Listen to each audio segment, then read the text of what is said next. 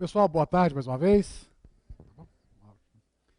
Sejam novamente bem-vindos para esse período da tarde. É um momento que a gente vai agora adentrar em aspectos mais práticos, mais aplicados desse conteúdo que vocês vieram buscar conosco. E é até de forma também estruturada a fala se dá desse conteúdo nesse momento por conta de ser o período da vespertina, onde a gente tem um rendimento às vezes um pouco aquém, né, por conta de sono, cansaço natural. E por esse motivo a gente traz uma parte mais impactante com vocês na parte da tarde, ok? Bom, obviamente não só por isso a gente precisava daquele alinhamento conceitual como falamos no início. Nós, para complementarmos o teor, o conteúdo que foi definido para o turno da manhã, faltou apenas 4 slides, que a gente comenta de forma bem objetiva, sobre essa relação do controle interno e controle externo, que a gente precisa que fique claro com os senhores, até porque vocês precisam saber fazer uso dessa boa relação que tem que existir entre os dois sistemas. E, neste quesito, nós trazemos algumas características que precisam ser observadas para evitar qualquer mal-entendido na boa prática da relação dos sistemas. O primeiro é a inexistência de hierarquização institucional entre os órgãos de controle. Então tem muita gente que pensa assim, não, mas se o TCM me exige, eu sou subordinado ao TCM, eu tenho que cumprir. Não existe subordinação hierárquica, né? Existe uma relação harmônica entre sistemas que permite responsabilização por força de lei, mas não hierarquia, né, porque não estamos, inclusive, no mesmo sistema organizacional. Então, por esse motivo, é bom deixar isso claro, porque tem pessoas que fazem uma leitura equivocada de dependência hierárquica. Não existe dependência hierárquica. O controle interno relaciona-se no sentido de cooperação com o controle externo. Está lá na Constituição, como nós vimos no artigo 74. Precisa haver toda uma relação de trabalho onde o controle interno produz materiais necessários ao desenvolvimento do controle externo. Porque nós temos que entender o seguinte, o controle externo, né, que é, digamos, a blindagem maior da administração pública para fins de controle, ele trabalha em sentido estrito. Ele não consegue acompanhar e observar e ratificar todos os atos da administração. Quem tem que fazer esse papel é o controle interno, que trabalha no ambiente, né, no sentido mais amplo da operação. Por isso que a gente traz os termos de lato sensu e stricto sensu, muito usado da academia, para os dois sistemas. Então, sentido estrito, que vai em ações pontuais de forma sistêmica, é o controle externo. E o controle interno, em sentido amplo, ele acompanha toda a operação por estar próximo, por estar localizado na mesma estrutura administrativa.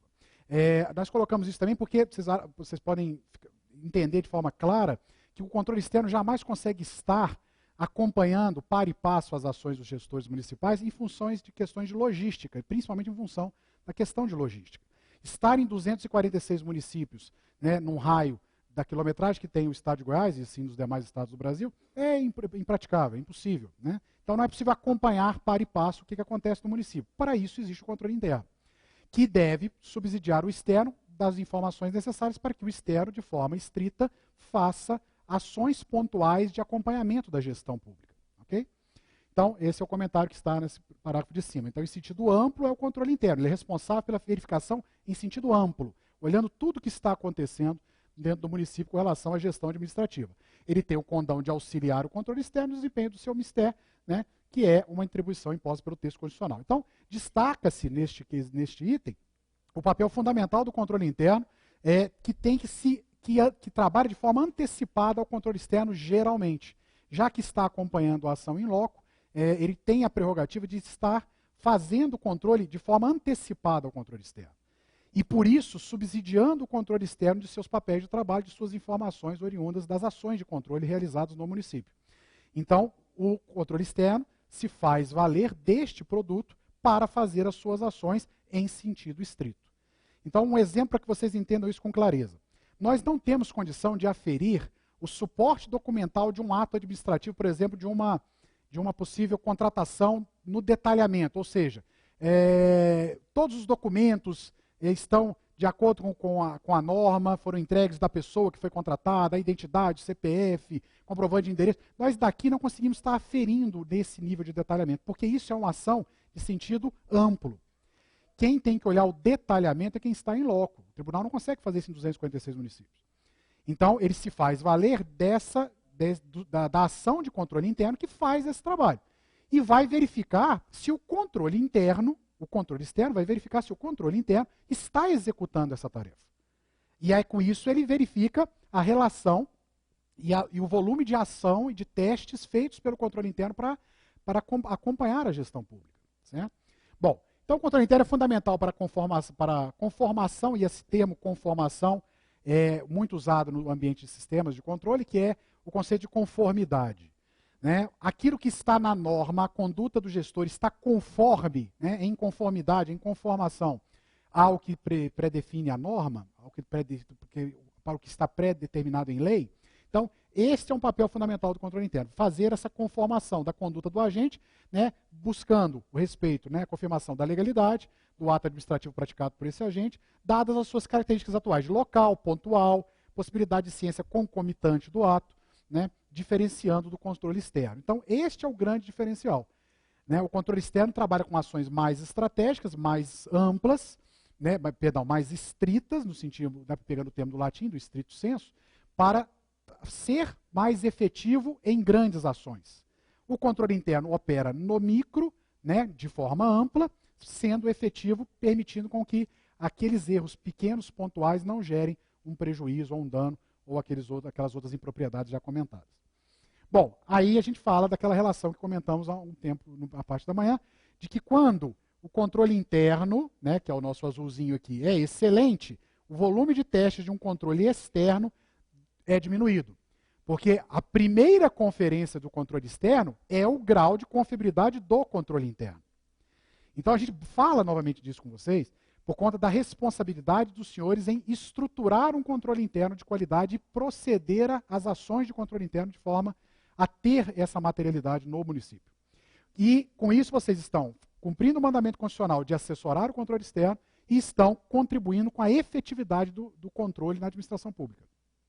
Se vocês não têm os papéis de trabalho, não geram a materialidade do controle no ambiente municipal, vocês obrigam que o controle externo o faça. Quando o controle interno é ruim, não está fundamentado, não tem as ações documentadas, você obriga o controle externo para certificar a boa gestão pública nas suas dimensões pré-definidas na Constituição, que ele faça uma série de exercícios de atividades de controle, de procedimentos para aferir a boa gestão.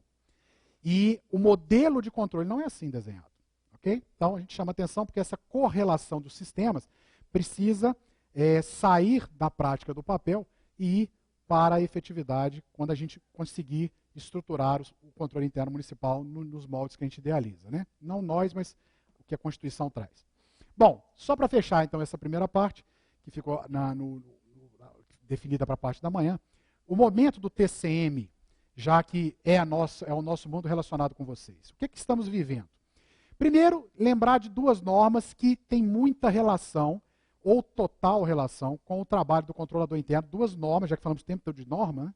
Duas normas fundamentais para os senhores, e queremos comentar um momento dessas normas. A RN, que é a Resolução Normativa número 4, de 2000, que institui e determina obrigações e competências para o controle interno municipal, foi editada neste ano, e está vigente até hoje.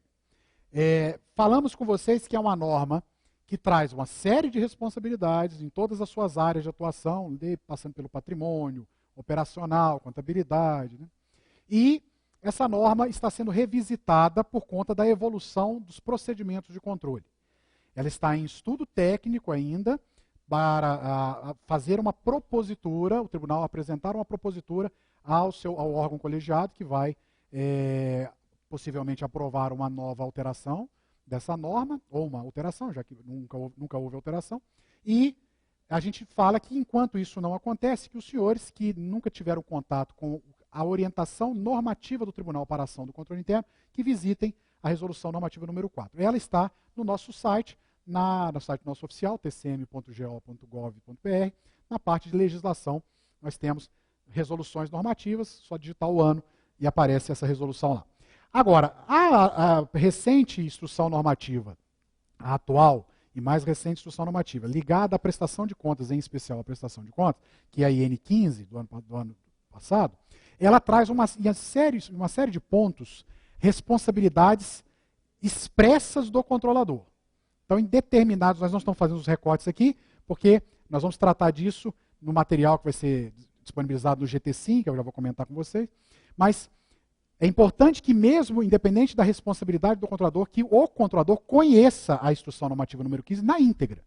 Porque ela é a grande bíblia do jurisdicionado com a obrigação de prestar contas e de evitar problemas junto ao tribunal, né, problemas em especial que venham a complicar a vida do gestor público.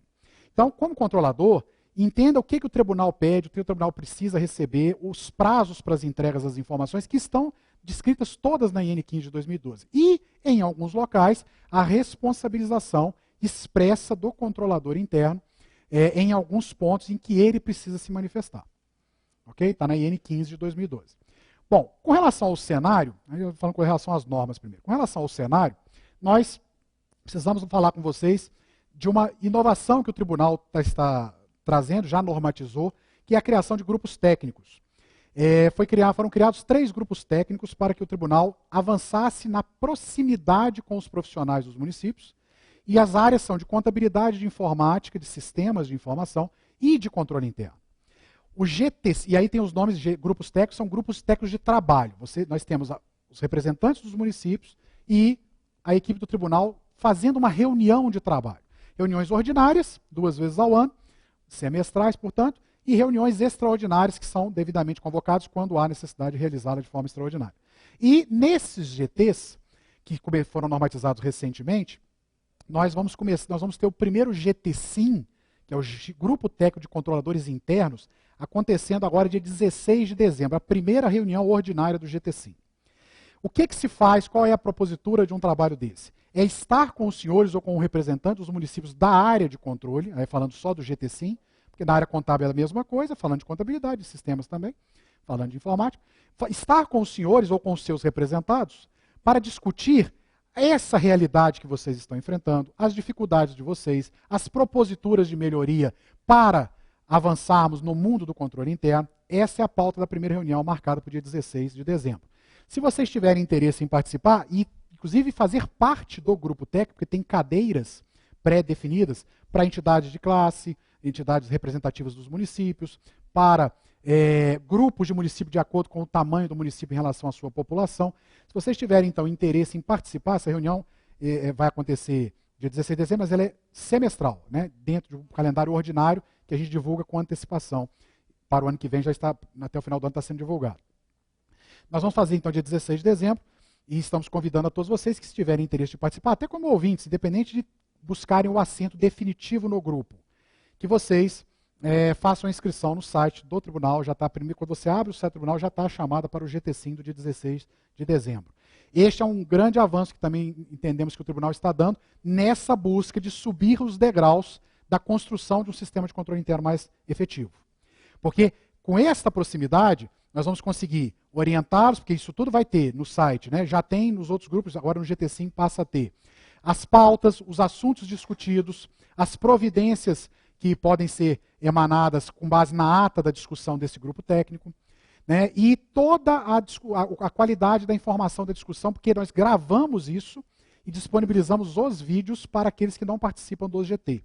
Se você está no interior, você não consegue estar conosco, você pode participar, assistir a gravação após a ocorrência, que nós já disponibilizamos toda fragmentada nos assuntos. Então nós pegamos a pauta, dividimos nos temas que o GT-SIM tratar, e você vai poder clicar e assistir o vídeo de cada assunto separadamente. Então, se falamos só do cenário do município goiano sobre a estrutura de controle interno, você vai poder assistir a discussão desse GT somente sem ter que assistir e procurar no vídeo de, às vezes, 2, 3 horas, essa parte. Então é um avanço que o tribunal trouxe, está na página do tribunal para fazer tanto a inscrição, mas a gente chama atenção, chama grupos técnicos, está do lado esquerdo do site, o site na página principal, grupos técnicos, e aí lá você tem contabilidade, informática e controladoria interna, que é o que compete a vocês. Ok? Bom, também comentamos rapidamente sobre o portal do controlador interno, que é outra inovação que está em avanço, está em execução, e atrasou um pouco o calendário do programa que nós desenhamos para fins de controle interno, dentro do tribunal, que consta do nosso planejamento estratégico uma ação para controladores internos. Então, tudo isso que nós estamos falando está dentro do planejamento estratégico do Tribunal de Contas dos Municípios, em um objetivo estratégico que é fortalecer o sistema de controle interno municipal.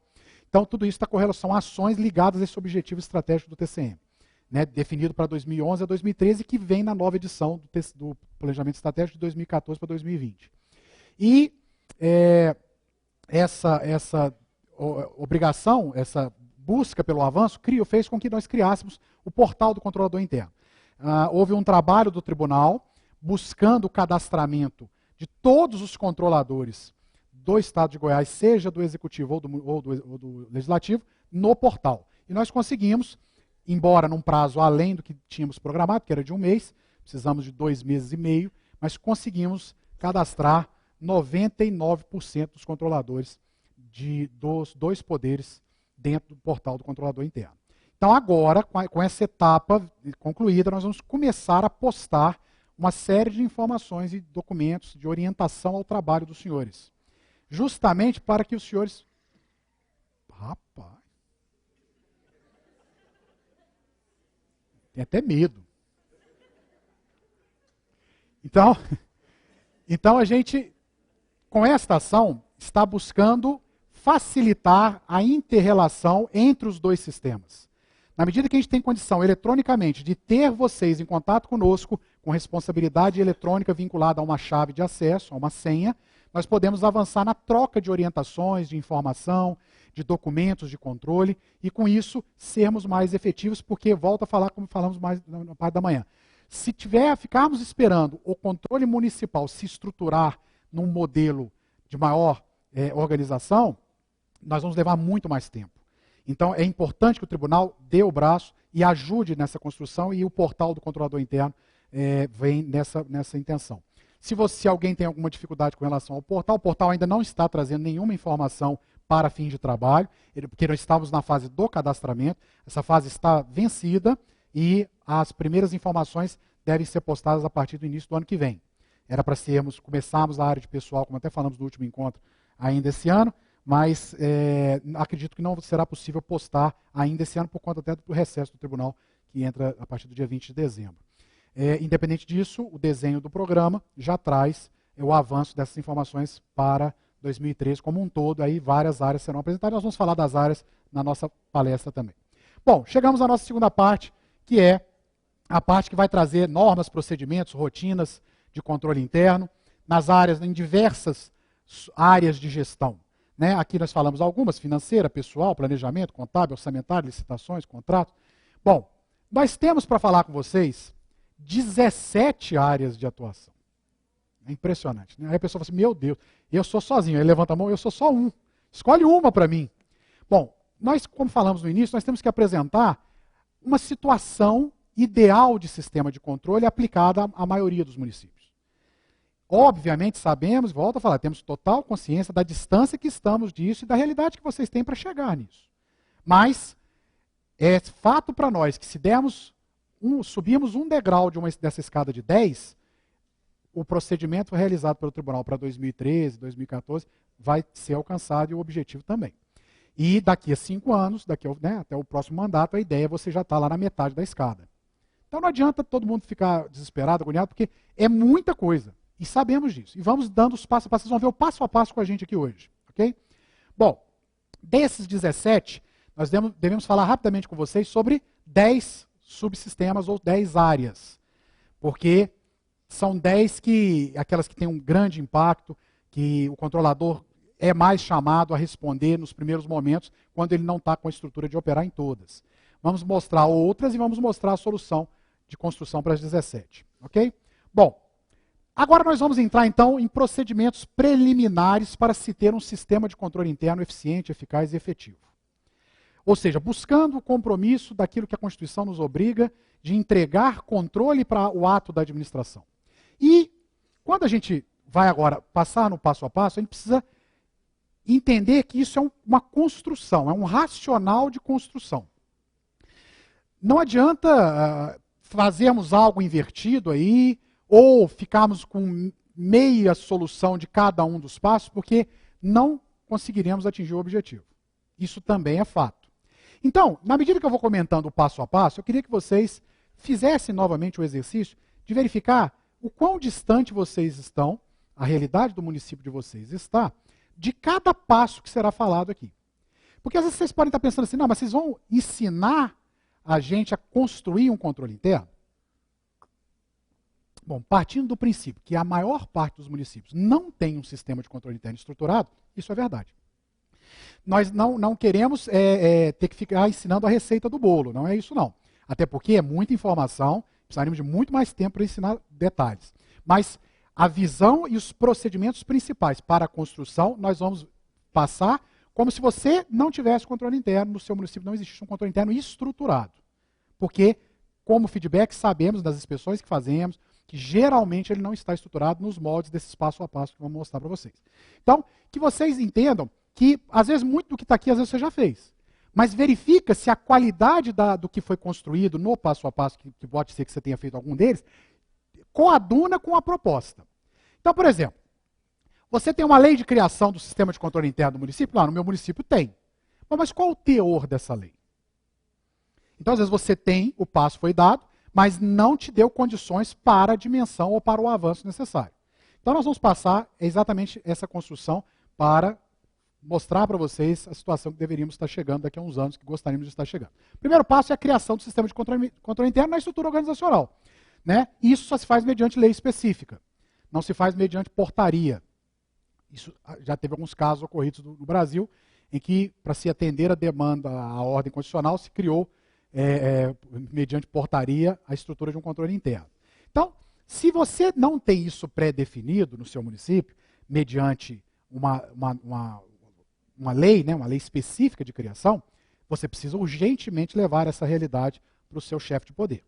Porque isso já é uma obrigação constitucional, já deveria estar acontecendo, e se acontece por um mecanismo que não seja uma lei, precisa ser revisitado. Agora, qual que é o teor dessa lei, como eu falei com vocês?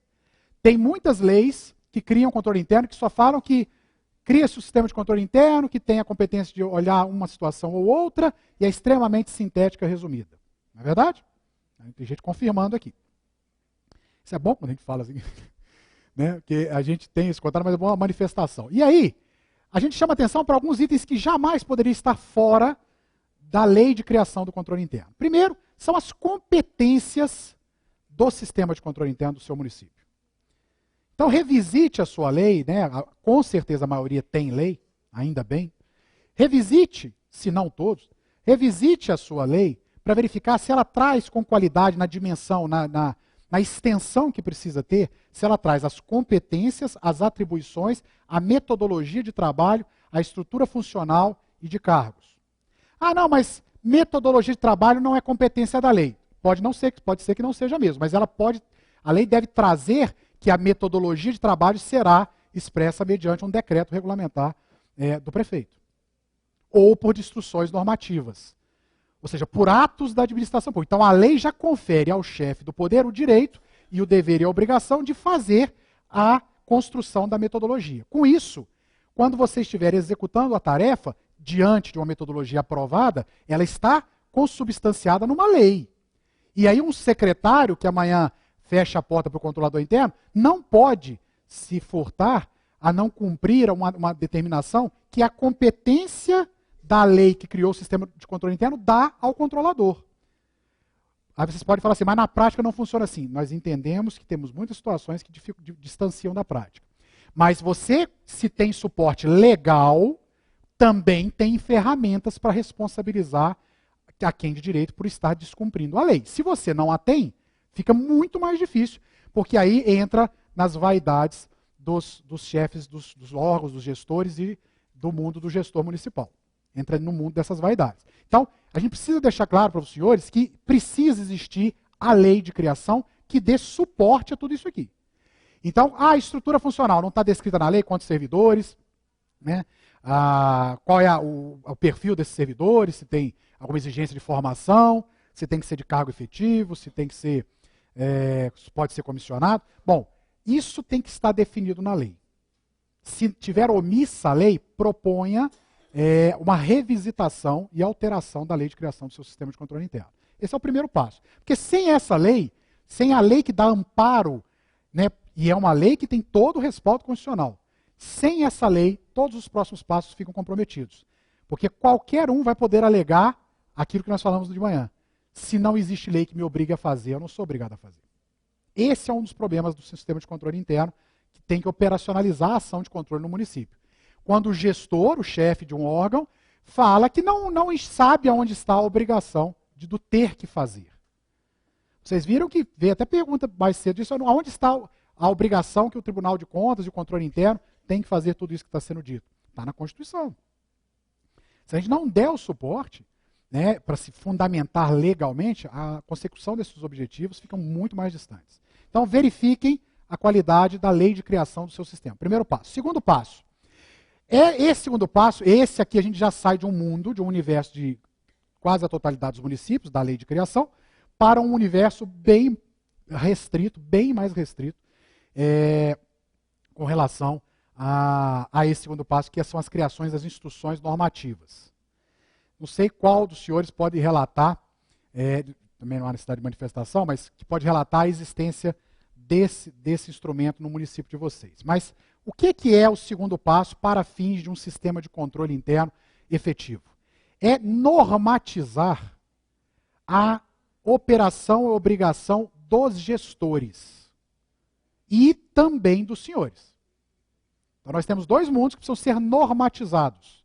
Instrução normativa, igual as do tribunal, que a gente expede para cumprimento. Cabe ao chefe do poder, ele tem a competência de emitir instruções normativas. A partir do momento que você tem um conjunto de instruções normativas para cada gestor, que diz o que ele tem que fazer e como ele tem que fazer, o controle interno deixa de ser executivo e passa a ser o controlador efetivo. Aí há a grande diferença.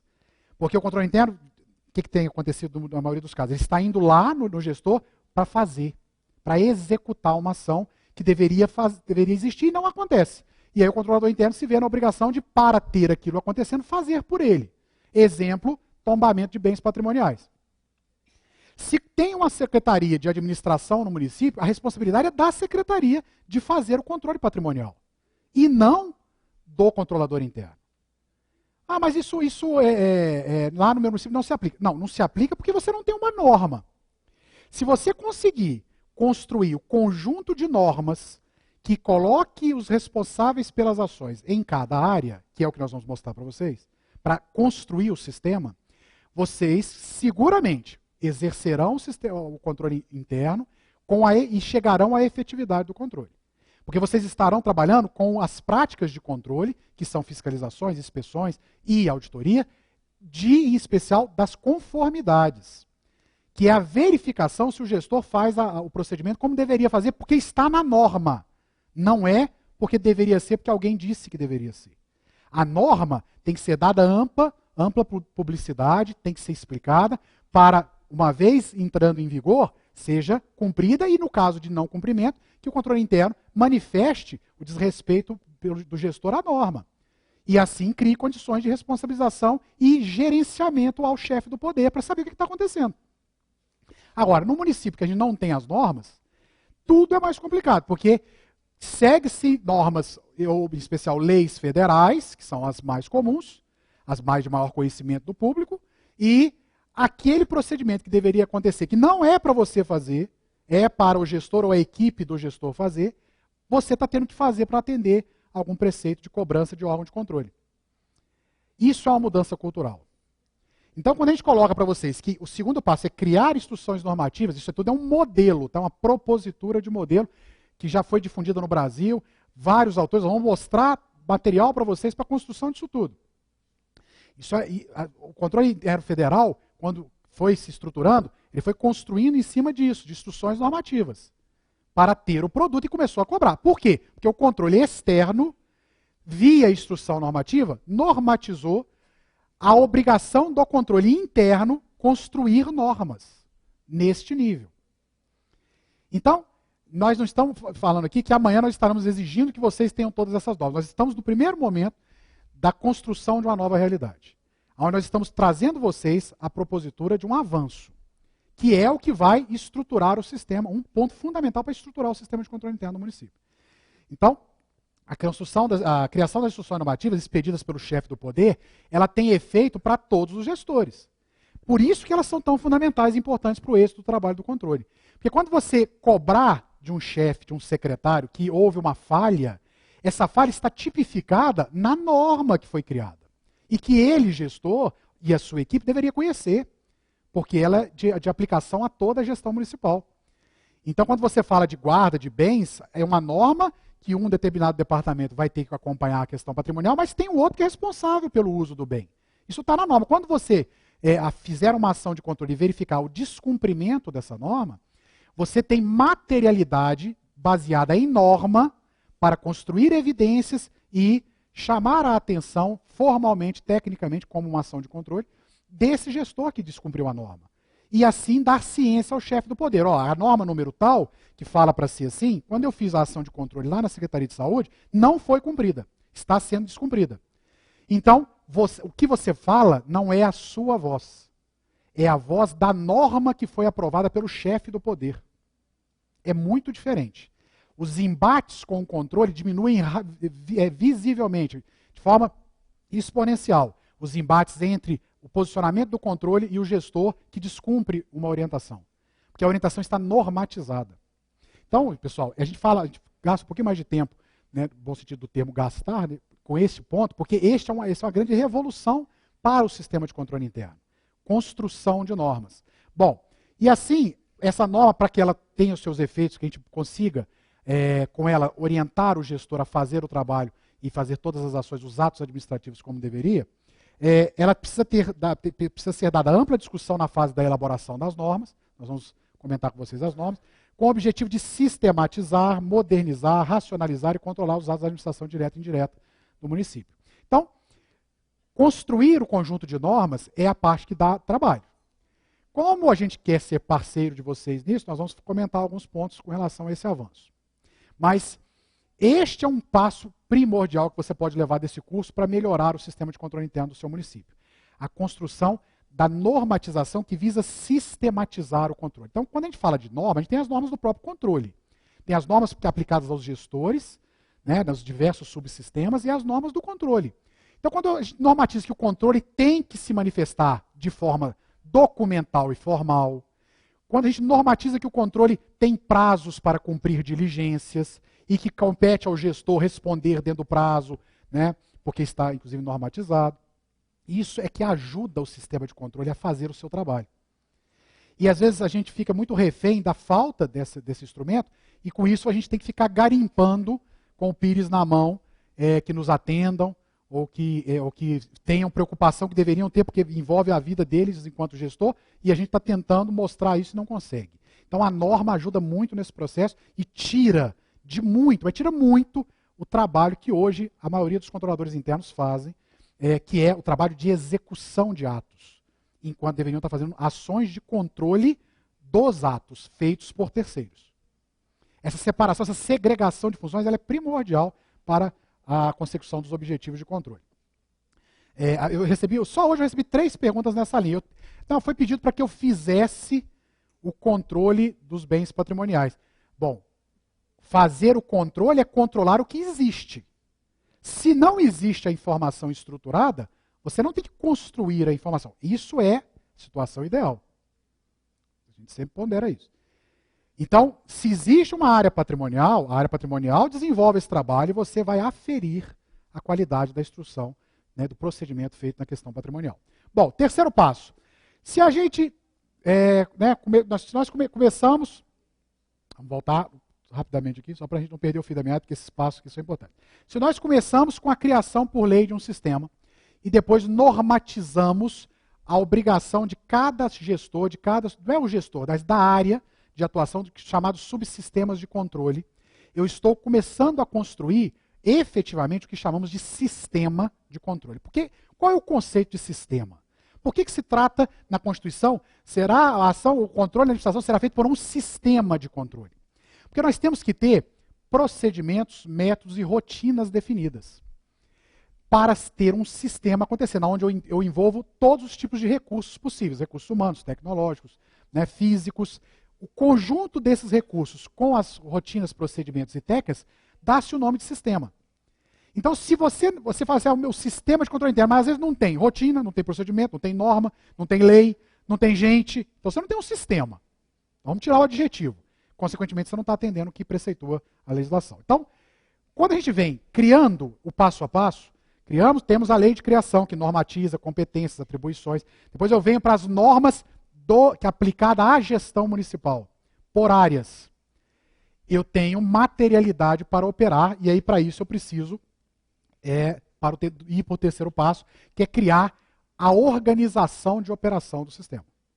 Então, para isso, para ter essa organização do sistema, uma vez instituído por lei e com normas, eu tenho que ter algumas características respeitadas, aonde a lei de criação tem que dar respaldo, que é a total independência funcional. A gente sabe que vocês, muito na prática, isso é distante, mas se a lei já te der essa e deve trazer essa característica, né, essa qualidade, você já está meio caminho andado para a execução dos seus trabalhos, porque você vai ter base legal para se defender das inter-relações formais, funcionais. Então você está fora da operação, você responde diretamente ao chefe do poder, está fora da relação hierárquica com as outras secretarias, né? Por isso a independência funcional. Exemplo só também para comentar esse tópico, o governo federal, quando criou o seu sistema de controle interno do Poder Executivo, ele começou, por incrível que pareça, desrespeitando esse primeiro item. Porque a Secretaria Federal de Controle era subordinada ao Ministério da Fazenda, ao Ministro da Fazenda. Era uma secretaria do Ministério. E você imagina uma secretaria de um ministério controlando todos os ministérios. Incoerente, né? Isso aconteceu no governo federal há 15 anos atrás. Em 94, mais 15 anos não, né? 16, 19 anos atrás. Quando se criou a Secretaria Federal de Controle, ela foi subordinada ao Ministério da Fazenda, para fazer controle. Até a hora que viu-se a necessidade de reestruturar o controle interno para se ter independência funcional. Aí ele saiu do guarda-chuva do Ministério da Fazenda e foi direto para a Presidência da República, para controlar o Poder Executivo. E aí sim, tem status de ministério e com isso abraça toda a realidade da estrutura do Poder Executivo Federal, que é a Controladoria Geral da União. Então, se isso aconteceu lá, pode estar acontecendo com vocês, né?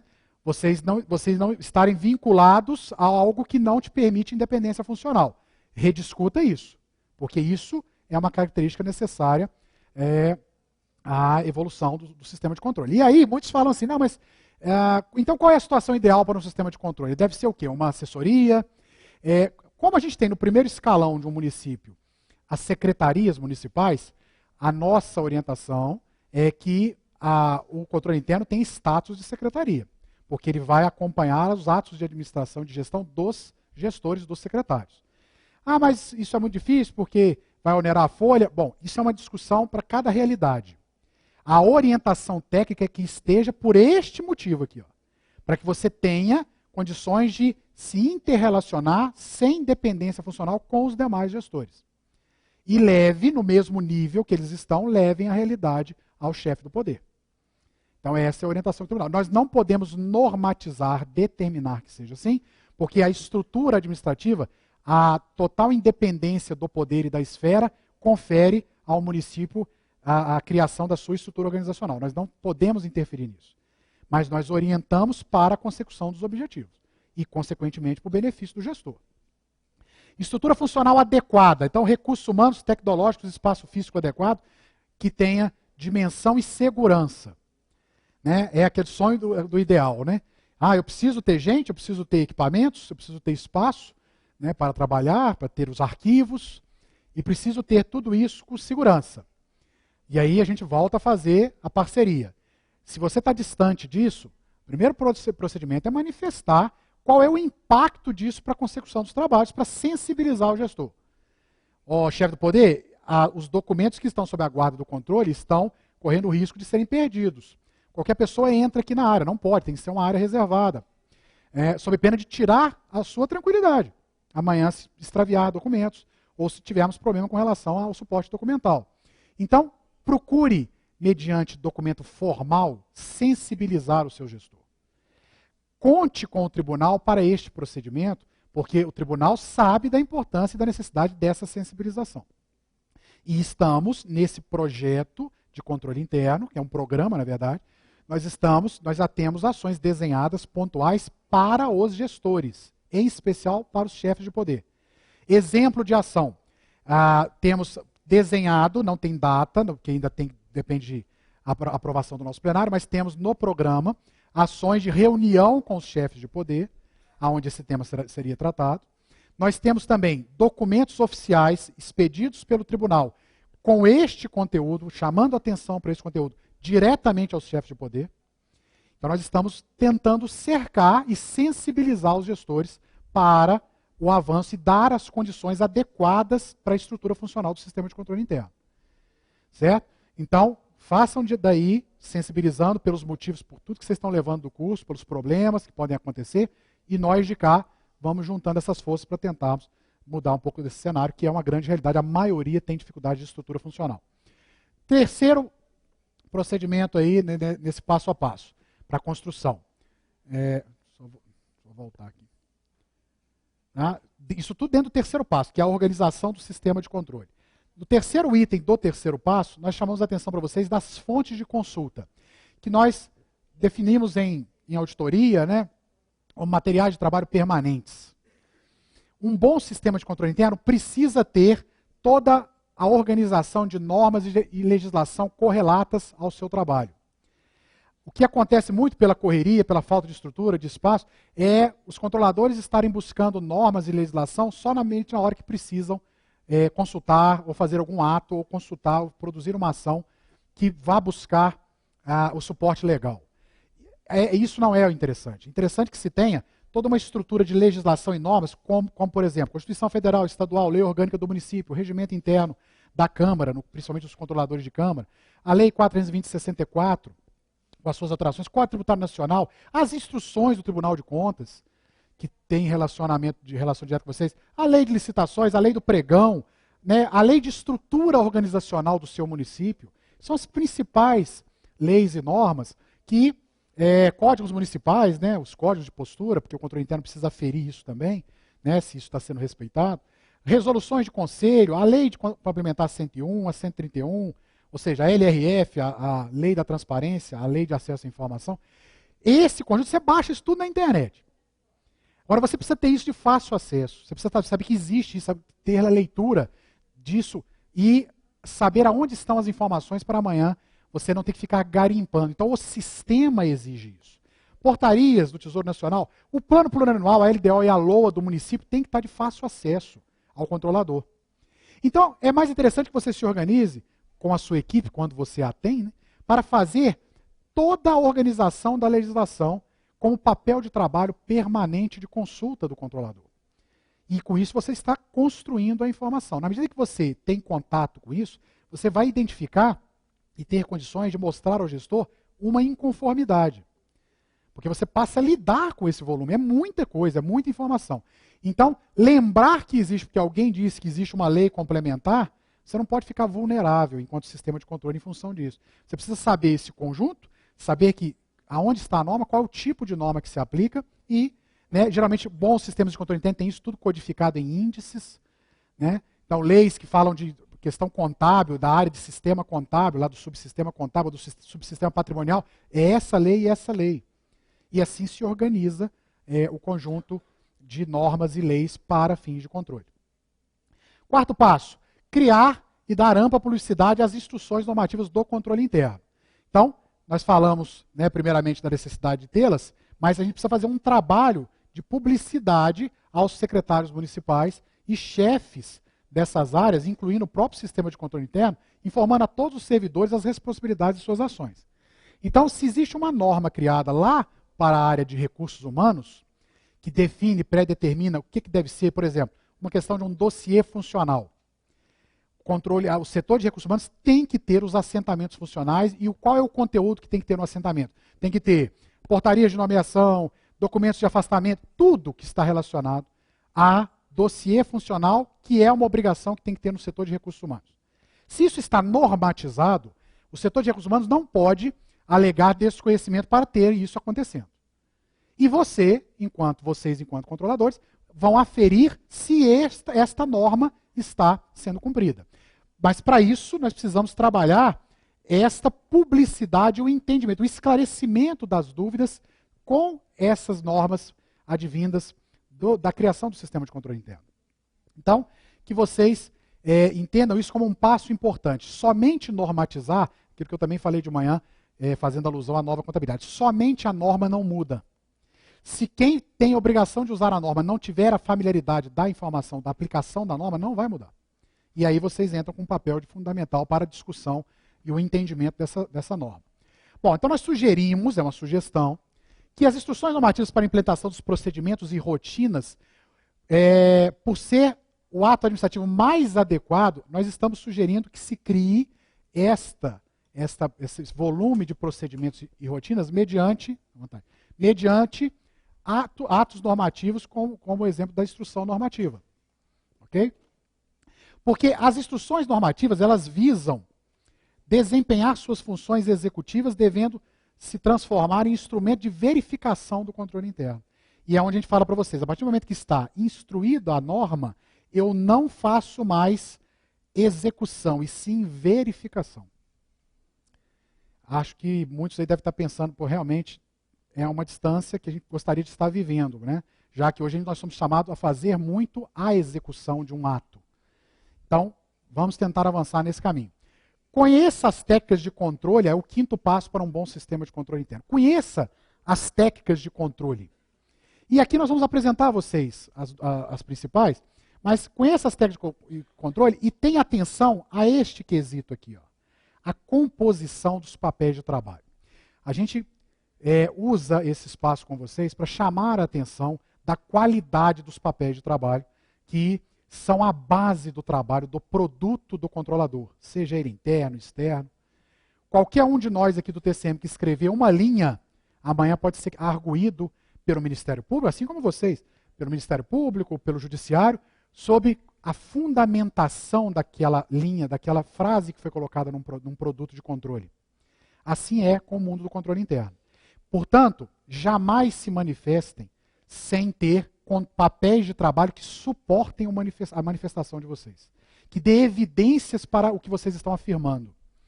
E tudo, por esse motivo, no mundo do controle, tem que ser formalizado. As pessoas têm a tendência de acreditar que a conversa, a informação informal tem efeito. Cuidado com isso. Porque na hora do questionamento, em especial os judiciais, vale o que está documentado. E com muita dificuldade o que se consegue comprovar mediante testemunha.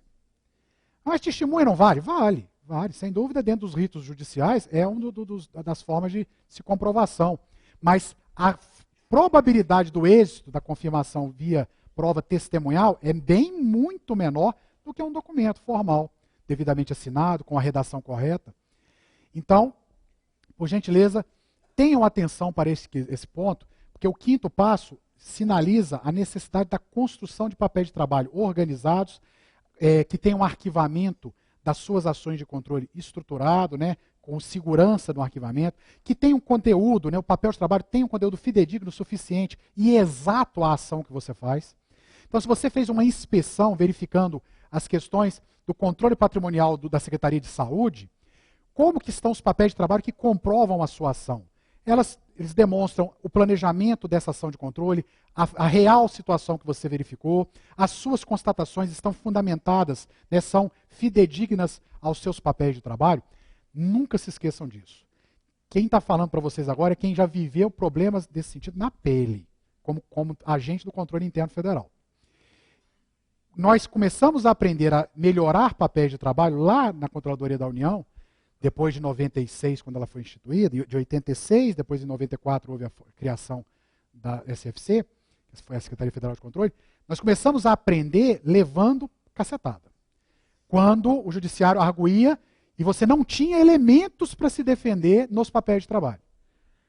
Então, é o depoimento, aqui é um depoimento, que prezem pela qualidade do papel de trabalho, aonde ele tem que ser com essas características que estão no slide. Fidedigno, suficiente, exato. Não existe pronunciamento de controle que fala assim, eu acho que é assim. Ou é ou não é. Ou você tem suporte para caracterizar aquele achado como uma evidência. Existem evidências, não são possibilidades, são evidências, que aquilo que você afirma, de fato, é real. Porque você tem elementos, você tem evidências. Se não as tem, jamais cometa o erro de fazer afirmações como controlador. Quando muito, se você não conseguiu as evidências, você tentou, diligenciou e não teve suporte, manifeste pela impossibilidade, pela abstenção da opinião, pela impossibilidade de emitir opinião.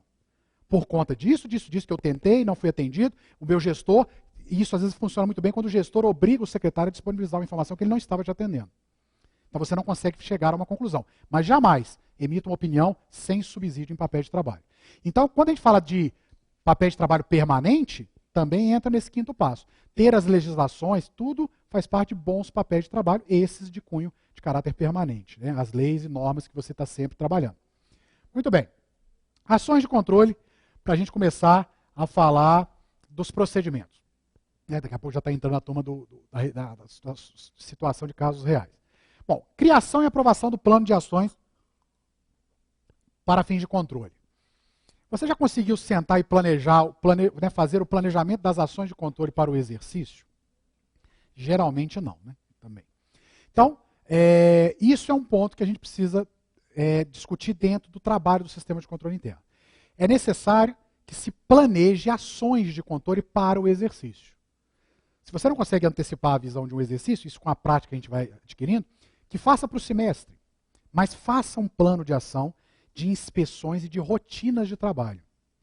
Você precisa definir, se você vai fazer um controle patrimonial, você vai fazer controle patrimonial o quê? Uma vez por ano? Então, que seja uma vez por ano, depois nós vamos comentar sobre isso mais detalhadamente, que seja uma vez por ano, mas componha isso no seu plano para você saber as suas tarefas enquanto sistema de controle. Porque quando você faz um mapa de um plano de ação anual, você consegue enxergar com aquelas ações, se elas forem executadas, sem maiores problemas, você vai estar atendendo aos objetivos constitucionais. Aí é o link. É verificar com aquele mapa que você está construindo, se eu fizer isso, isso, isso e isso, ao final eu vou ter garantido a salvaguarda de ativos, eu vou ter verificado os passivos, eu vou ter orientado a gestão operacional para melhores resultados. Você só vai enxergar isso com uma visão sistêmica. E a visão transcrita num plano de ação. Então, este é um papel, é uma ação fundamental. A construção de um plano de ação é fundamental para o êxito também de um sistema de controle interno. Então, quando a gente fala de normas federais, nós temos os planos anuais que são discutidos, de auditoria, de inspeção, de fiscalização. TCU faz isso, CGU faz isso. E trazendo para a realidade muito menor dos municípios, que se faça na dimensão que você tem. Mas não deixe de documentar o que você tem que fazer. Então, exemplo de patrimônio, recursos humanos, isso precisa de ação sistemática de controle. Se você não faz a ação de, por exemplo, de controle patrimonial anual, você corre um risco, faz com que haja um risco muito grande de lá no final do mandato, na hora da transição de mandatos, você ter uma discrepância da informação contábil em relação ao inventário, que o próximo gestor que vier a assumir a administração municipal, vai colocar como ponto discordante na transição dos mandatos e vai buscar responsabilização, porque ele está assumindo uma realidade que está escrita no papel e que na parte física é outra. E por que isso aconteceu? Porque vieram vários anos acontecendo a ausência, a omissão da ação de controle no quesito na área patrimonial. Então, como é que você se livra disso? Construindo um plano e executando o plano. Isso um dos quesitos, uma das ações. Né? Bom, então, criação e aprovação do plano anual de controle, contemplando auditorias, fiscalizações ou inspeções. Os termos técnicos aqui, tem autores que divergem, mas a gente vai tentar mostrar para vocês o conjunto de modelos de ação de controle. Em especial, 2 grandes modelos, porque nós estamos fazendo um benchmarking com o governo federal, que é, assim como é o controle externo, o TCU, a Controladoria da União, foram muitos anos de muitos profissionais debruçados na discussão dos modelos. E se chegou ao modelo que a gente apresenta a vocês com relação a conceito de ação de controle. Não um modelo que você tem que implementar dentro do seu município, mas qual é o tipo de ação de controle regularmente usada, muito pelo controle federal, que pode ser usada por você no município. Vamos falar disso agora. Bom, então, que contemple, que crie um plano de ação para contemplando as auditorias e fiscalizações, inspeções, a serem realizadas no decorrer do exercício em conformidade à instrução normativa pré-estabelecida. Então, se você criar as instruções normativas, se o seu município construir as instruções normativas do funcionamento da máquina, você vai ter a instrução normativa do controle interno. E na instrução normativa do controle interno vem a obrigação de se fazer o plano anual de ações. Então, a gente vai falar para vocês os caminhos para construir tudo isso. Bom, Diferenciando esse conceito de tipos de ação de controle, auditoria de fiscalização. São dois tipos comumente usados no sistema de controle interno federal. Nós temos o procedimento, né, a ação de controle denominada auditoria e a ação de controle denominada fiscalização. Ou, às vezes, muito também chamada de inspeção, mas mais comumente usada de fiscalização. Qual a diferença das duas? A auditoria é um procedimento bem mais amplo, mais complexo, onde você faz todo um planejamento de auditagem, define todos os procedimentos, porque você está buscando avaliar a gestão pública, né, mediante processos e resultados gerenciais. Então é algo muito mais macro, mais amplo. Que caso isso pode acontecer, pode ser aplicado à realidade de vocês? Você pode propor num plano de ação do controle interno auditorias para alguns programas de governo do gestor do seu município, da gestão municipal. Você não vai conseguir, seguramente, fazer auditoria em todos os programas de governo dentro de um exercício.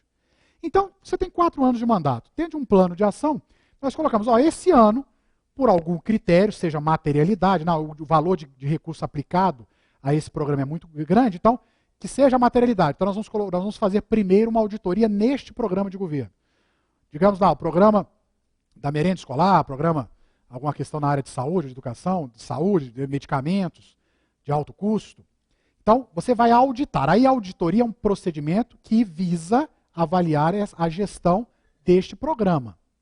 Então, ele é bem mais amplo. Agora, as mais comuns ações de controle, aquelas que fazemos corriqueiramente, porque elas são pontuais de uma dimensão de complexidade menor, são as fiscalizações ou inspeções. Né? Então, isso tudo em termos conceituais. Então, a fiscalização, no seu plano de ação anual, você pode ter algumas auditorias e várias inspeções ou fiscalizações internas. E aí o conceito de fiscalização já é algo muito mais restrito e pontual, porque ele visa comprovar se o objeto do programa de governo, e aqui não só programa de governo, consecução de objetivos de compras, de contratações, se isso corresponde às especificações estabelecidas e atende às necessidades para a qual foi definida. Então, vamos voltar àquele exemplo que eu falei com vocês do trator. Se você tiver uma ação de fiscalização na aquisição de novos bens patrimoniais, bens móveis, acima de R$5.000, bens móveis acima de R$5.000, o controle interno vai fazer fiscalização. Está lá no plano, nas diretrizes do plano de ação. Então, está normatizado, comprou um item acima de R$5.000, estou dando um exemplo hipotético, tem que haver uma inspeção, uma fiscalização do controle. Então, o controle vai aferir o quê? Mediante um procedimento de fiscalização. É pontual. Eu vou aferir se aquele determinado bem ou serviço fez com que o programa de governo a ele conectado tenha mais sucesso e também se esse bem ou serviço está correspondente às especificações estabelecidas e atende às necessidades para o qual foi definido. Então, se o trator tinha que ter capacidade técnica X, o suporte, né, a máquina tinha que ser assim ou assado, você tem que aferir isso. Porque, às vezes, se licita uma coisa, se recebe outra. E o gestor não está nem sabendo e recebe-se algo muito aquém do que deveria ser e, consequentemente, a efetividade do uso desse bem ou serviço fica a desejar. Então, o controle interno tem que agir nisso. E aí ele faz isso mediante o quê? Fiscalizações pontuais. Podem ser planejadas, podem ser também inspeções sem definição de cronograma, que é as chamadas incertas, né, até para manter a questão do controle não vinculado a planejamento do auditado ou do fiscalizado. O fiscalizado sabe que você vem, ele maqueia a situação. Passou, volta ao normal. Então a gente tem as incertas dentro do plano de ação de controle. Então você tem tudo planejado e ainda os espaços para as ações não pré-definidas. Você tem a ação definida, mas não o calendário da ação definida. Certo? Então, trabalhamos com 2 conjuntos de procedimento, auditagem e fiscalização, isso dentro do conceito de controle interno aplicado ao governo federal, que muitos municípios também fazem uso, já que também está na doutrina dos principais escritores que falam para o mundo municipal. Okay? Bom, procedimento de fiscalização. Aí falamos, né, da forma de fazer controle, de um tipo de ação de controle, que é a fiscalização. Agora, o procedimento da fiscalização. É um conjunto de verificações e averiguações previstas num programa de fiscalização. Então, está conectado a um programa de fiscalização, que é o programa que a gente já falou com vocês, anual, que permite obter evidências ou provas suficientes, né, e adequadas para formular a opinião do sistema de controle interno. sobre a conformidade dos atos dos gestores ante as normas. Então, este é o conceito do procedimento de fiscalização. Você precisa fazer verificações e averiguações, né, já previstas, que permitam obter evidências. Bom, como é que a gente faz isso? Como é que eu levanto evidências como órgão de controle, como operador do controle? Bom, ali é a técnica, né? Bom, o procedimento, eu já vou falar disso, eu achei que tinha um slide, mudei a ordem aqui. Então, o procedimento de fiscalização vai buscar gerar as evidências. A técnica, para ter evidência, eu aplico técnicas. Várias técnicas. Não é somente uma técnica. A técnica me gera a evidência daquela constatação que eu estou buscando. Ou não. Se não, eu não vou ter condição de dar a minha opinião. Quais são as técnicas? Bom, são ferramentas, as técnicas é um conjunto de ferramentas e processos operacionais para obtenção de evidências físicas. Bom, tais como, aqui nós estamos só elencando as principais. Você pode criar evidência como órgão controlador de determinada ação, usando essas técnicas aqui. Ó. Indagação escrita ou oral. Você diligencia, o gestor te responde, você tem uma evidência. Ó, o gestor disse que é assim, que está assim ou está assado, que fez tantos atendimentos ambulatoriais neste mês. Eu questionei a gestão operacional da Secretaria de Saúde sobre atendimentos ambulatoriais e atendimentos odontológicos, enquanto controlador para aferir a gestão operacional. É um subsistema de controle. E o gestor me respondeu, mediante a técnica de indagação escrita, que ele fez tantos procedimentos. Bom, mas aí, isso é suficiente para você? Bom, até que se prove o contrário, um documento formal de um servidor público tem fé pública. Se você tem evidências ou indícios de evidências que aquela informação não procede, você tem que buscar por outras ferramentas, outras técnicas, você tem que buscar novas evidências para poder bater a fotografia real.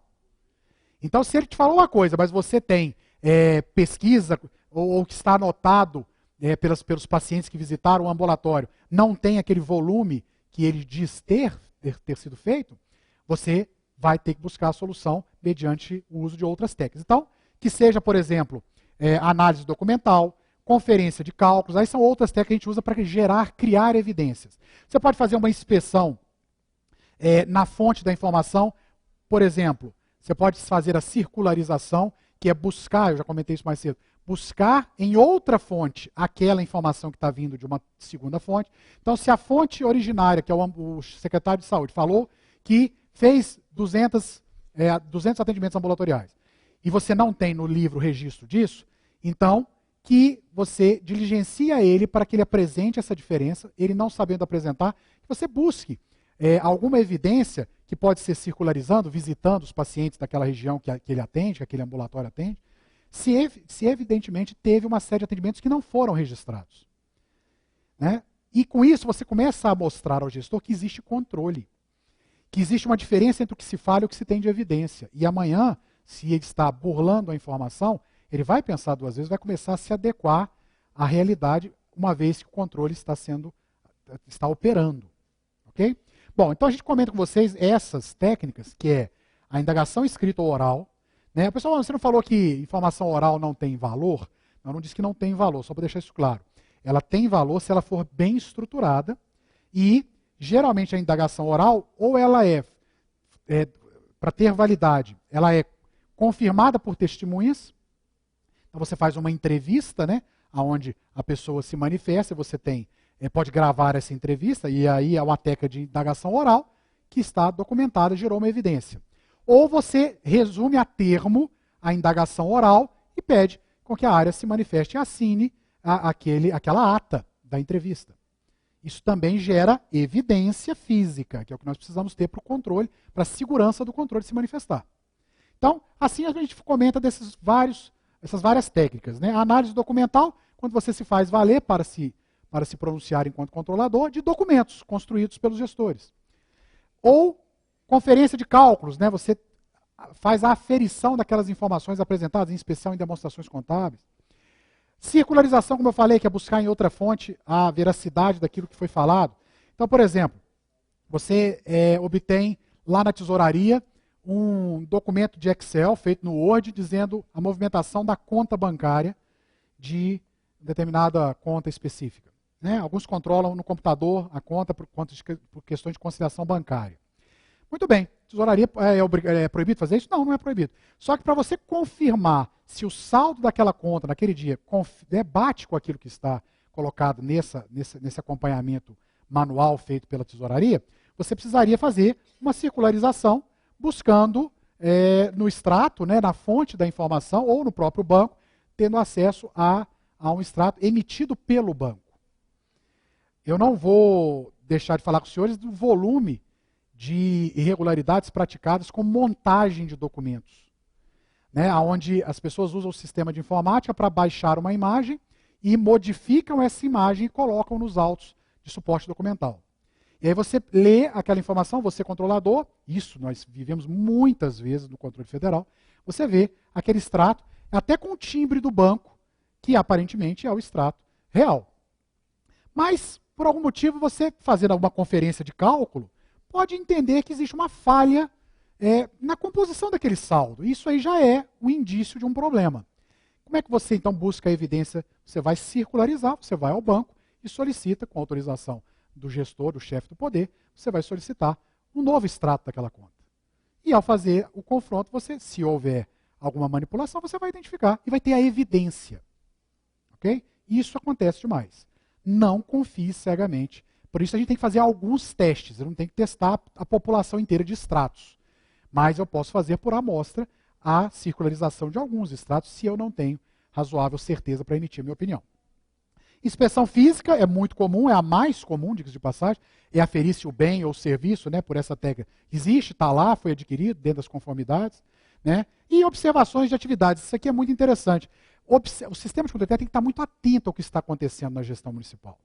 Quando ele começa a observar que um determinado veículo do município não está sendo guardado na garagem oficial, e sim, não se sabe onde é que está o veículo, porque não se viu o veículo nos dias, tudo isso nasce de observações de atividades que geram ação de controle pontual para coibir fraudes e desvios. Tá? Então, que a gente tenha atenção a essas técnicas. Então, nós falamos aí da construção de um plano consubstanciado em ações de controle que podem ser auditorias ou fiscalizações, e dessas fiscalizações, uma série de uso de técnicas de controle, aquelas que a gente acabou de comentar. Então, para a gente fechar esse racional. Bom, agora vamos mostrar para você a dimensão da operação de um sistema de controle. Porque esse sistema vai se subdividir em subsistemas a partir de agora, e a área fim vai apresentar para vocês as constatações identificadas por subsistema. Porque é assim que se estrutura o controle. Né? Não há como a gente tratar e separar o subsistema, por exemplo, da área patrimonial, lá do subsistema da área de ações vinculadas à gestão da saúde, por exemplo. Eu tenho que saber enxergar isso separado e ter normas de operação separadas, para poder verificar a conformidade. Bom, para cada subsistema desses que nós estamos falando aí, nós vamos comentar com vocês 10, apresentar 17, e dependendo do município tem até mais. Para cada subsistema deverá haver um conjunto de procedimentos e rotinas detalhados, definidos em instruções normativas próprias. Bom, deixar uma coisa bem clara, se talvez até agora não tenha ficado. Esse conjunto de procedimentos e rotinas detalhados não são do controlador, são da área do subsistema. Então, a área patrimonial, subsistema patrimonial, lá vai se aplicar a Secretaria de Patrimônio do município. E essa norma, que vai definir procedimentos e rotinas, é o documento de suporte para a ação de controle do agente controlador, que vai aferir a conformidade disso. Então, vamos começar a ver a dimensão disso. Porque, saibam, se nós fôssemos apresentar as instruções normativas, uma propositura de instrução normativa de cada subsistema, aí o custo teria que ser de uma semana. Porque o volume de detalhamento é muito grande. E aí você fala, nossa, mas e eu tenho que fazer isso tudo? Não, não. É justamente o que você não vai fazer. Você vai controlar. Você não executa. Então, nós começamos com esses 5, cada das telas, e vamos avançando. Primeira parte. Primeiros 5 subsistemas trazidos aí para vocês, que o controle, se você tiver uma instrução normativa para cada um dele, você vai fazer ação de controle para aferir se as ações de cada subsistema estão sendo feitas do jeito que deveriam ser. Então imagine vocês, agora nós vamos cair na realidade do mundo de vocês mesmo.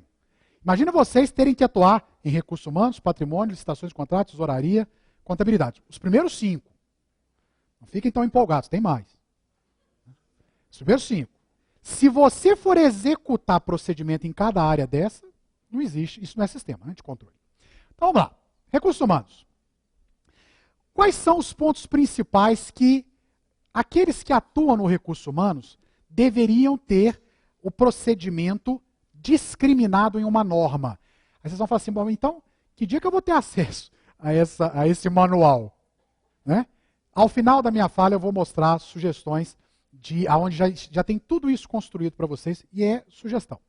Tá? Mas eu preciso que vocês entendam a dimensão e o nível de responsabilidade do sistema de controle no processo da gestão. No recursos humanos, as instruções normativas que deveriam existir para uma boa gestão na pasta de recursos humanos. Nós temos a questão da manutenção e cadastro de pessoal e controle sobre vantagens, promoções adicionais, afastamentos legais e sanções. Aí a gente chama atenção, a importância de um dossiê funcional.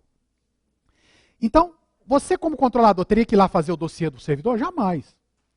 Você precisa ter uma norma no município que fale RH, Departamento de Pessoal, ou Recursos Humanos, depende do município, você tem a obrigação normatizada que você tem que ter dossiê funcional. E no dossiê tem que ter toda a movimentação, vantagens, promoções, adicionais, afastamentos legais, as deste servidor tem que estar dentro do dossiê. Você, controlador, vai lá no RH verificar se existe o dossiê, porque a norma determina. Não é a sua vontade para com o controle interno, para com o RH. Porque enquanto não está normatizado, vai ser a sua vontade e a negativa do controle interno, do RH falando, eu não tenho condição de fazer. Então, mas você tem que ter dossiê funcional. Aí ele responde a você, mas onde está escrito isso? Que eu tenho que ter dossiê funcional. Se tiver, eu até faço, mas como não está escrito, eu vou continuar levando aqui os papéis gravados, guardados separadamente. Eu não tenho dossiê, eu tenho uma pasta de férias. Aí eu quero achar a férias da Dona Maria, eu tenho que olhar 5 pastas para achar o documento que autoriza a férias da Dona Maria. Eu não tenho a vida da Dona Maria num dossiê funcional. Mas para que isso seja real, seja realidade no seu município, a gente precisa construir a condição para isso. Qual é o primeiro passo? A gente fez no passo a passo. Criar norma. Criar norma. Vocês me desculpem se eu sou às vezes repetitivo, tá? Mas eu preciso mostrar aonde nós temos os impactos, os principais gargalos que não permitem a construção de um bom sistema de controle interno. Por isso que eu sou enfático em repetir alguns pontos, alguns passos. Então vamos ver a dimensão das normas, das instruções normativas. Para cada quadrinho desse que vocês vão ver agora, tem que ter uma instrução normativa, que vai discriminar o procedimento e a rotina do gestor. Né? E, obviamente, no ambiente de controle interno, também terão as instruções normativas do controle interno. Bom, nomeação, exoneração e destituição de comissionados. Como é que isso tem que ser feito? Quais são os documentos e as informações necessárias para nomeação, exoneração e destituição de comissionados? Né? Isso está claro para o RH? Está normatizado? Não, não está. Então não está normatizado, o controle vai agir como? Ele vai chegar, deveria ser assim. Isso a gente tem que virar essa página. Então, a propositura de construir instruções normativas com estes focos principais que nós estamos apresentando aqui. Então, dentro de RH, geração da folha de pagamento. Como é que se constrói uma folha de pagamento? Qual é o passo a passo para se ter uma folha de pagamento? E aí, com isso, respeitando possibilidade de risco para que evite problemas com relação à folha. Exemplo comum de folha. Apropriação, praticamente a situação de apropriação indébita, onde você tem determinados recursos retirados da folha do servidor para um fim pré-definido, por exemplo, uma pensão alimentícia. A pensão é até menos comum, porque a pensionista grita, né? Mas por exemplo, empréstimos consignados também gritam, mas ou questões previdenciárias onde você tem a retenção na folha do servidor e não tem o devido repasse. Isso tem que estar normatizado, porque na hora que o controle vier a agir, ele vai conferir a soma daquela rubrica que foi feita a retenção com o crédito do repasse para aquele recebedor da retenção. Então, se isso estiver normatizado, você já responsabiliza o agente do RH que não fez, né, com base na geração da folha, na norma da geração da folha. Realização de horas extras. Horas extras, pessoal, nós temos acompanhado na prestação de contas apresentada pelos gestores municipais ao TCM, eletrônica, nós temos uma incidência muito grande ainda de horas extras, né, no pagamento da folha. Nós temos toda uma situação que tem que ser respeitada para se conceder horas extras. Né? Tem que ser caracterizada uma situação de excepcionalidade. É um rito. Se isso estiver normatizado, vocês podem ter certeza que vocês vão evitar de concessão de horas extras e com isso proteger os ativos do município de forma pontual e direta. É muito, o impacto é direto. Como não é claro e não é normatizado, fez o extra, paga o extra, fez alguma coisa, paga a hora extra. Porque muitas das vezes falta a norma de proibição que dificulta esses pagamentos indevidos. Dentro de RH ainda, instruções normativas para definir treinamento e capacitação de pessoal. É aquele negócio que a gente vê muito também em município, não só em município, no estado, até na União. Por que fulano é feita a capacitação dele e por que no outro não é? Qual é o critério para se fazer capacitação e treinamento das pessoas, né, da gestão municipal? Então, se isso estiver normatizado, e para isso tem modelos de instrução normativa para isso, a gente, que nós vamos apresentar, a gente evita também falhas e o controle pode ser atuante para não permitir que isso aconteça. Avaliação de desempenho e promoção. Para aqueles que têm na lei a questão do desempenho funcional, né, já pré-definido em lei, determinado em lei, como é que se faz essa avaliação? Qual o impacto que ela tem? Está normatizada? Serviços de estagiários e bolsistas. O que regulamenta a contratação de estagiários e bolsistas? Aqui nós temos um problema sério. Nós temos uma substituição de mão de obra, visto no mundo da gestão municipal, muito grande, por conta do custo operacional ser mais baixo. E está acontecendo muito essa prática de se contratar estagiários e bolsistas substituindo mão de obra que deveria ser efetiva. E aí, o Ministério Público tem cobrado providências no sentido de se coibir isso, e o controle interno está sendo chamado a responder pela permissão dessa prática. Então, normatizando, né, via instrução esses serviços, o controle pode agir e não permitir a ocorrência de situações, obviamente não as legais, mas situações que usam disso de forma errônea. Contratação de pessoal em caráter temporário. Tem todo um rito. A instrução normativa 15 do tribunal tem um capítulo lá só para descrever as questões de contrato temporário. O controle interno sabe os procedimentos para isso? Se não tivesse na norma do TCM, se tivesse na norma do município, também nós teríamos o sucesso no controle, podendo acontecer mediante a inspeção. Mas, geralmente, nós temos, quando muito, a tentativa do município em acompanhar a norma do tribunal. E aí, constantemente, estamos diligenciando, porque muitos municípios não observam, né, o detalhamento da norma do tribunal. Então, imaginem vocês, vão imaginando vocês, um sistema de controle interno municipal com estas instruções normativas definidas. Então, na área de pessoal, né, nós temos um grande volume de orientações normativas, instruções que podem ser construídas para facilitar todo o trabalho, né, e a consecução dos objetivos da administração. Concurso público, estágio probatório, convocação e posse. É outro grande mundo que o sistema de controle interno precisa agir. Precisa agir na conferência, na criação de evidência de que isso está acontecendo de forma correta, dentro da legalidade, dos princípios de economicidade. Vacância por exoneração, a pedido, demissão, aposentadoria. Aposentadoria tem todo um rito também. Então, se não está normatizado, eu vou estar sempre batendo nessa tecla.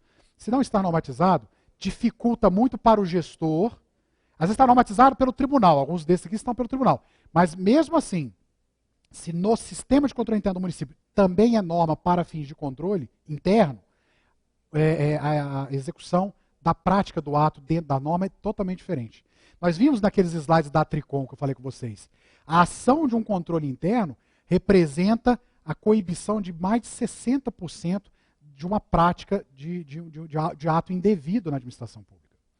Por isso que a gente está buscando a construção dessa realidade. Geração e encaminhamento de demonstrativos legais sobre pessoal.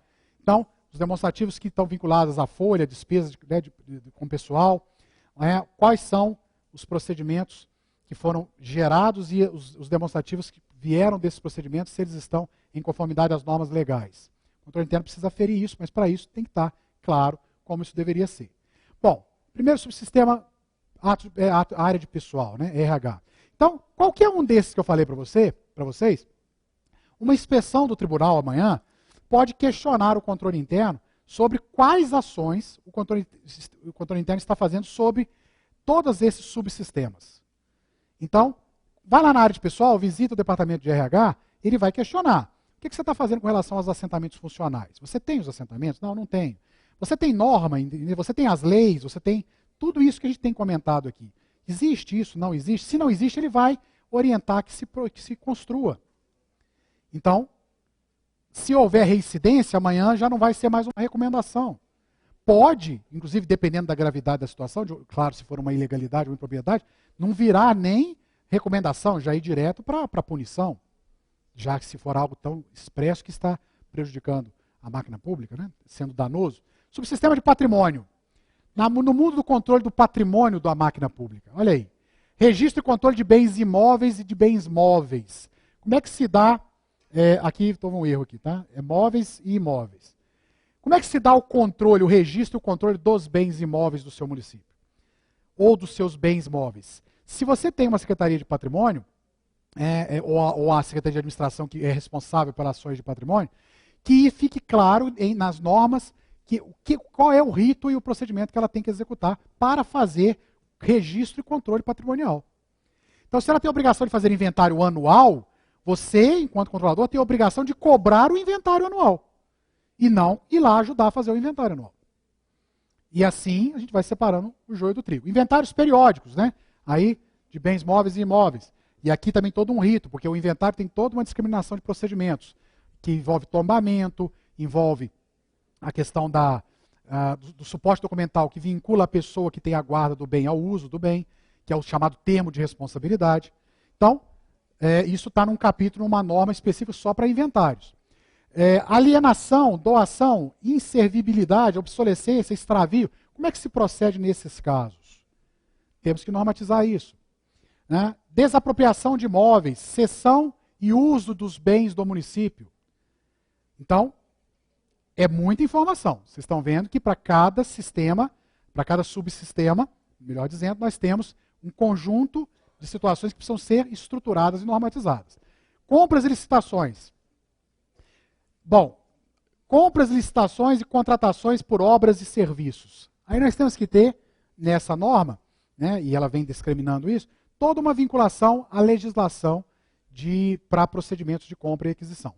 Esses itens vão ser exemplificados, né, nas principais constatações identificadas pela equipe de fiscalização, mas uma norma com relação à observância ou rito disso, neste ponto de compras, é a das que mais surte efeito para fins de controle. Porque os principais ralos da administração, para vocês que são do mundo de controle e talvez não tinham tido contato com essa informação, os principais ralos da administração são, em primeiro lugar, disparado, a questão de pessoal. É onde se encontram problemas mais sérios que precisam ser atuados, os sistemas de controle atuarem para coibir os problemas na questão de folha, até porque é a maior despesa do município. O segundo ralo, o segundo caminho de perda de recurso financeiro, né, de perda de ativos, é a questão das compras e das licitações dos contratos, né, mas as compras em geral, seja de bens ou de serviços. Né. Dentro do mundo de compras de bens e serviços, o mundo das obras tem um destaque especial. Por isso que órgãos de controle como o TCU tem uma secretaria somente para fiscalizar obras públicas, até pelo impacto, pela materialidade da aplicação do recurso. Então, assim a gente vai comentando essa realidade da necessidade de normatização. O gerenciamento dos contratos, né? Então, dentro dessa questão de compras e licitações, como que se gerencia o contrato no seu município, né? Seja de bens ou até de serviços, né? Mas está normatizado o gerenciamento? Porque a lei determina que haja o gerente do contrato, né? A 8666. Mas como é que isso é na prática? Como é que o controle pode cobrar o produto do gerente do contrato? Puramente pela aplicação da lei 8666 ou existe a norma que pré-define o procedimento para o gestor fazer o gerenciamento do contrato? Controle de estoques, cadastramento de fornecedores. Outros módulos do subsistema de compras e licitações que requerem definição de normatização para que o controle possa atuar pontualmente nesses itens. Tesouraria. Controle diário da receita e das disponibilidades financeiras vinculadas e não vinculadas. Né? Aquelas disponibilidades que ou estão ligadas a alguma contraprestação de serviço ou não, vinculadas ou não. Então, eu faço o controle diário da receita do município, enquanto controlador, isso já está definido lá para o tesoureiro que ele tem que fazer e deixar isso à disposição do controle interno. Então, é real a conferência do caixa diária, de forma diária, pelo tesoureiro e eventual, mediante em especial uma ação de inspeção do controlador no caixa para verificar se a contagem do numerário, só dando esse exemplo, a contagem do numerário daquele dia bate com o relatório que ele fechou o caixa. O controle interno, de vez em quando, faz essa aferição. Se isso estiver normatizado, tem que fazer. E precisa fazer. Certo? A gente vê muito a troca de cheque em caixa. Né? Você substituir um ativo por outro. Né? O papel moeda por um cheque, que é a substituição do cheque pelo numerário do caixa no município. Isso é uma falha. Né? Ah, mas isso não vai gerar problema. Não, isso pode gerar um problema. E é uma prática não permitida para fins de tesouraria. Programação financeira de curto prazo e pagadoria. Existe programação financeira? Se estiver normatizada, ela é feita pela tesouraria, porque a movimentação do caixa depende disso, para você saber se você tem que ter mais dinheiro, menos dinheiro, se vai ter dinheiro para assunção de compromissos pré-assumidos no passado ou não, para honrar compromissos pré-assumidos no passado ou não. Então, para isso eu tenho que ter programação financeira. E as tesourarias que temos encontrado por aí não tem esse grau de qualidade de estrutura de trabalho. Por isso a gente falando de normatizar a ação de uma tesouraria. Adiantamentos financeiros, que é uma outra prática que tem que se evitar, né, mas que é legal. E, uma vez feita, se for no rito legal, uma série de pré-requisitos intrínsecos que tem que ser observados. Então, não conceder um adiantamento, né, para aquele que ainda está com algum em aberto, que está em alcance, aí tem normas também para adiantamentos. E o controle também acompanhando. Contabilidade. Né? A questão da parte de empenhos, né, da assunção de compromissos mediante emissão, liquidação, anulação, a movimentação da parte orçamentária do município. Né, ela está registrada, o controle interno consegue aferir se isso está sendo feito conforme a legislação. Procedimentos contábeis em situações específicas de execução orçamentária e extra-orçamentária, então, um rito só para isso. O registro e controle contábil do patrimônio imobilizado, está se dando ênfase muito grande na questão do controle patrimonial, em especial com a mudança da nova contabilidade. Então, o controle interno entende, conhece, consegue acompanhar esta contabilização. O registro e controle contábil da dívida ativa, aí a questão que a gente fala de proteger os ativos, né? Dívida ativa é um direito. Então, existe o registro e controle da dívida ativa e da responsabilidade dos valores. O registro e controle da dívida fundada, aí já do passivo, né? Já que a gente precisa verificar, como a gente viu lá, se o passivo corresponde com a realidade. Então, existe o controle da dívida fundada e flutuante, ou seja, dívida de longo prazo e de curto prazo. Né? Para isso tudo norma, hein? Lembrando que isso aqui eu estou ressaltando porque daqui nascem normas que a gente quer disponibilizar a vocês. Geração, divulgação e acompanhamento dos demonstrativos da LRF. Isso aqui tem um capítulo direto conectado pela LRF ao controlador interno. A responsabilidade de validação do controle interno das informações desses demonstrativos. Está lá na nossa norma também, na IN 15. Então, que vocês saibam dessa responsabilidade, que os demonstrativos que são entregues aqui, né, devem estar sendo ratificados pelos senhores. Se o seu contador faz e sinaliza que você olhou e confirma a informação, para nós consta que você ratificou aquela informação. Então, muita atenção para isso. Ainda dentro da contabilidade, elaboração das demonstrações contábeis. Espera um minutinho que eu me esbarrei aqui. A elaboração das demonstrações contábeis e controle dos gastos na área de educação e saúde. Né, porque nós temos as obrigações constitucionais dos recursos aplicados na educação e saúde. Encaminhamento de informações contábeis ao controle externo, respeitando aquela obrigação constitucional do controle interno subsidiar o controle externo. Elaboração e encaminhamento das prestações de contas dos recursos recebidos, né, quando você tem em especial recursos recebidos de outros órgãos, governo federal, convênios, repasses. Prestação de contas mensais e anuais ao TCM, o que o controle interno está fazendo para acompanhar a qualidade dessa prestação de contas e o envio tempestivo, já que está tudo normatizado em lei, das prestações de conta. Quando o seu gestor municipal não encaminha as contas, ele fica inadimplente. Ficando inadimplente pode gerar um impacto direto no município, que é uma das sanções, a proibição de recebimento de verbas de transferências voluntárias. Cuidado, o controle interno é papel fundamental no acompanhamento disso.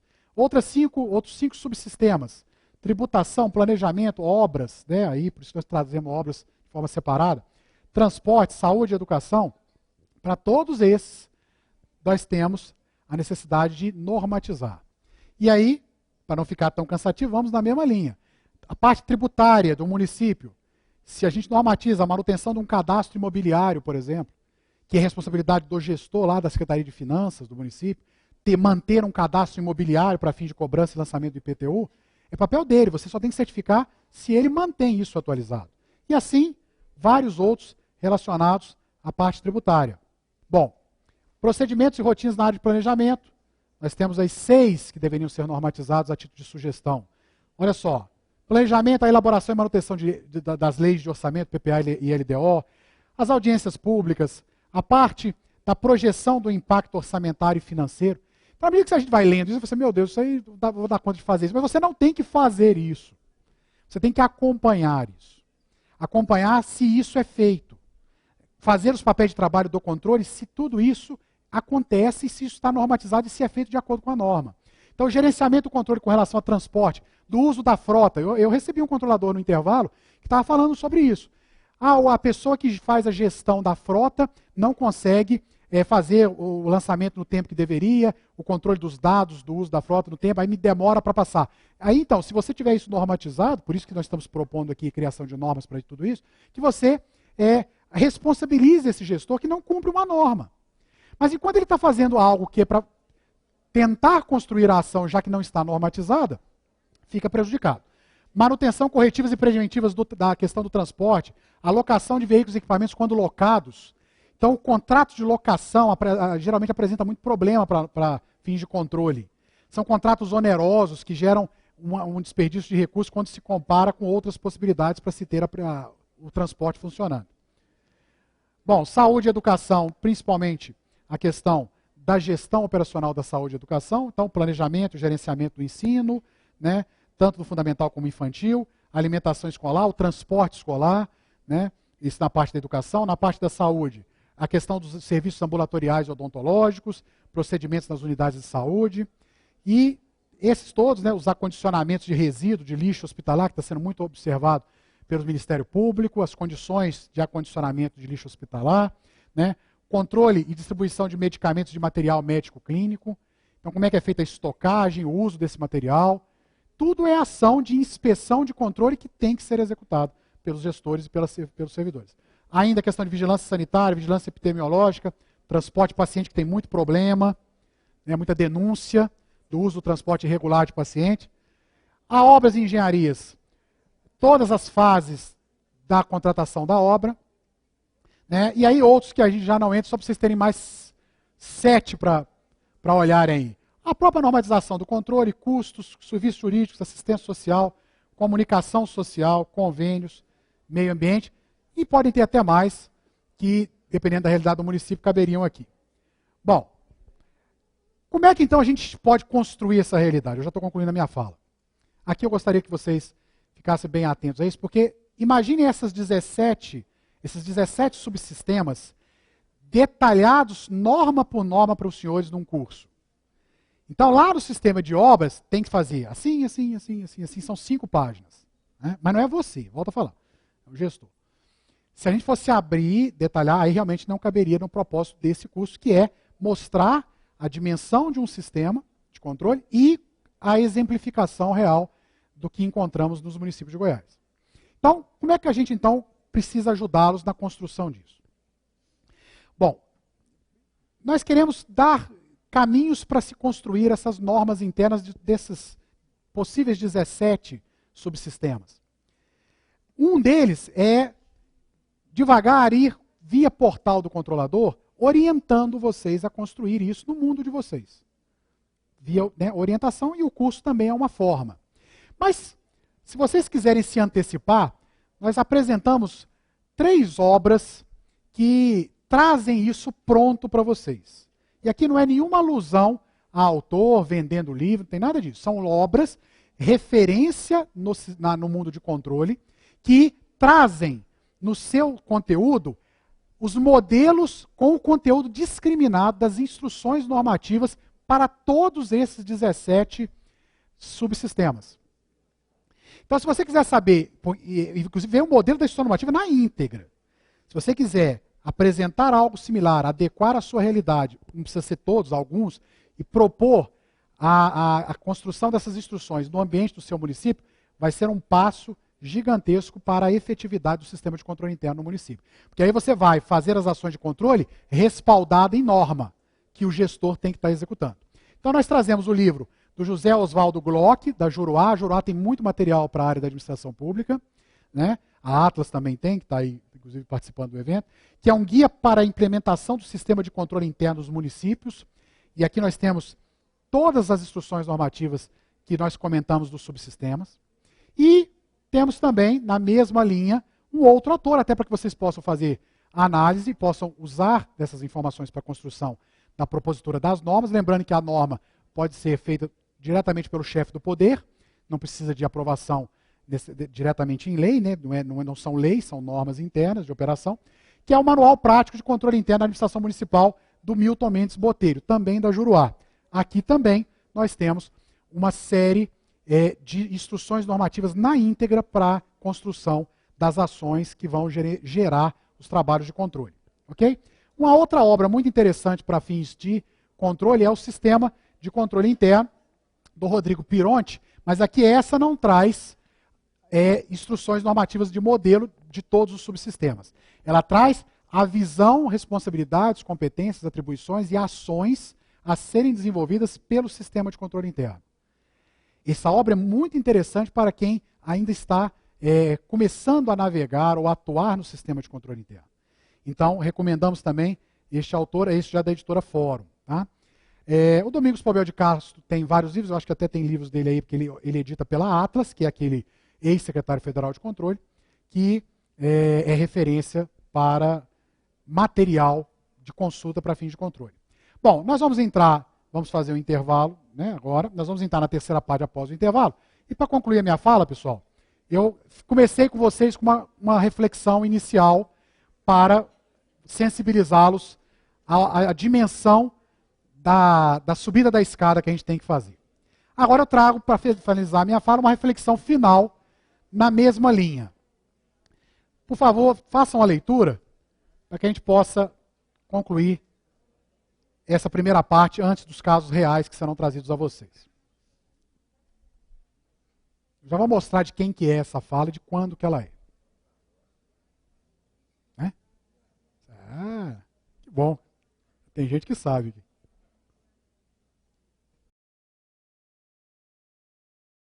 E aí a gente pergunta para vocês aí, ó. Isso foi em 1890. Era a realidade que o ilustre Rui Barbosa estava tentando modificar com a construção do Tribunal de Contas da União, que ele conseguiu edificar. Fundador do TCU. E aí a gente só faz a pergunta final, para concluir a nossa fala. Né? Algo diferente do sentimento, né, transcrito nas palavras de Rui Barbosa da situação de hoje. Impressionante como é que são atuais os temas da administração pública, né? Passam-se os anos, por mais que vivamos uma outra realidade. Então, a gente só pode conclamar a vocês que nos ajudem, né, contribuam para a mudança desse cenário que está nas palavras de Rui Barbosa e que a gente consegue ainda enxergar até hoje. E a gente vai para o intervalo com o retorno com os casos reais verificados nas inspeções da Secretaria de Fiscalização. Obrigado, pessoal, pela participação.